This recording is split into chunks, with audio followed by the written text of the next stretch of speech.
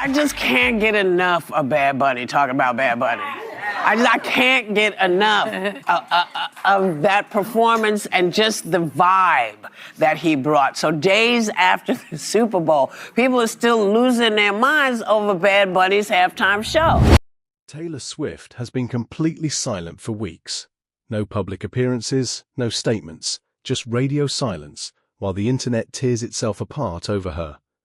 But the moment Bad Bunny's Super Bowl performance became the most controversial halftime show in years, Taylor made her move. She started quietly liking posts on Twitter defending Bad Bunny. And if you know anything about Taylor Swift, you know she doesn't do anything online by accident. Today, we're breaking down why this one simple action is actually a masterclass in celebrity strategy. Let's get into it. Bad Bunny's Super Bowl halftime show split America down the middle. He delivered an unapologetically Puerto Rican performance with Spanish lyrics and zero compromises. For millions, it was powerful and overdue. For others, it felt threatening. Within days, Donald Trump publicly blasted it, calling it one of the worst halftime shows ever, complaining that nobody could understand what Bad Bunny was saying. Suddenly, this wasn't about music anymore. It became political. The president taking offense to Benito's Spanish, writing, "Nobody understands a word this guy is saying," calling it an affront to the greatness of America, and seemingly confirming he did not tune into Turning Point USA's counter-programming, the Kid Rock headlined All-American halftime show. Before I say thanks to God, I'm gonna say eyes out. Then former Real Housewife Jill Zarin posted and quickly deleted a video, calling it the worst halftime show ever because it was in Spanish and she didn't recognize anyone on stage, even though Lady Gaga was literally performing. The View panel tore into her, calling out the obvious undertones. When someone complains there were no white people on stage, despite Lady Gaga being there, it reveals what's really bothering them. People are still losing their minds over Bad Bunny's halftime show. Now, former Real Housewife, who? Jill Zarin. Jill Zarin. Okay, her. Deleted a post, a video post, where she called the performance the worst halftime show ever. Mm-hmm. Why do we care what she says? I don't know. She said there were no white people.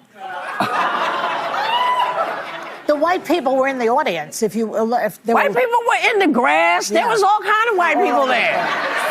I mean, what was she looking at? Grass. Yes, there were white people who were in the I thought Lady Gaga was right on stage. Italian white girl. That's right. Ain't she Italian? Well, she went on to say something about how she didn't recognize Lady Gaga's face, and I thought that is well, really... that's your problem. Get some glasses. But that's also rich coming from a housewife. I think there's more plastic surgery. She was commenting... Well, yes, there were white people who were in the I thought Lady Gaga was right on stage. Italian white girl. That's right. Ain't she well, Italian? she went on to say something about how she didn't recognize Lady Gaga's face, and I thought that is well, really... that's your problem. Get some glasses. But that's also rich coming from a housewife. I think there's more plastic surgery. She was commenting... Well, I mean that she was commenting that she must have gotten a facelift because she didn't recognize Lady Gaga. And I thought, that is funny because I don't recognize cast photos every time Bravo drops a new episode. Because they all look... Correct. So I mean, I think it was, and her major complaint was, you know, it was in Spanish, and I didn't... Here's where Taylor comes in. After weeks of strategic silence, avoiding cameras and letting the conversation about her overexposure calm down, she suddenly breaks her silence, but not with a statement or interview. She starts liking posts defending Bad Bunny's performance. This is genius for multiple reasons. First, she positions herself on the progressive side of a major cultural moment, aligning with Latino communities and people who believe in representation. Second, she does it subtly enough to have plausible deniability.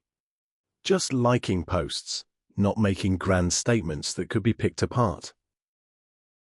Third, and this is the clever part, she inserts herself back into the conversation after weeks of silence, but on her terms. She's not being talked about because of controversy. She's being talked about because she's supporting an artist being unfairly criticized. That makes her look good. Fourth, This counters criticism about whether Taylor uses her platform enough for important issues. By publicly supporting Bad Bunny, she shows she's paying attention and willing to take a stance. What we're watching is celebrity strategy at its finest. Taylor recognized this wasn't just about a halftime show. It was about representation, about who gets to be visible in American culture. She positioned herself on the right side of that debate without taking huge risks. Bad Bunny refused to compromise his identity to make people comfortable. He brought his full self to that stage, language and culture included. By supporting him, Taylor signals she understands the importance of that moment. Taylor's support genuine? Maybe, but it's also undeniably strategic. She picked the perfect moment to break her silence, the perfect cause to align with, and the perfect method to maximize benefit while minimizing risk. She watched a cultural moment unfold, recognized the sides forming, and made sure she was on the right one. That's a chess move, not a checkers move. What do you think? Is this calculated image management or genuine support? Drop your thoughts in the comments. If you want more celebrity strategy breakdowns, hit subscribe. I analyze the chess moves happening behind the scenes while everyone else just watches the drama. Thanks for watching, and I'll see you in the next one.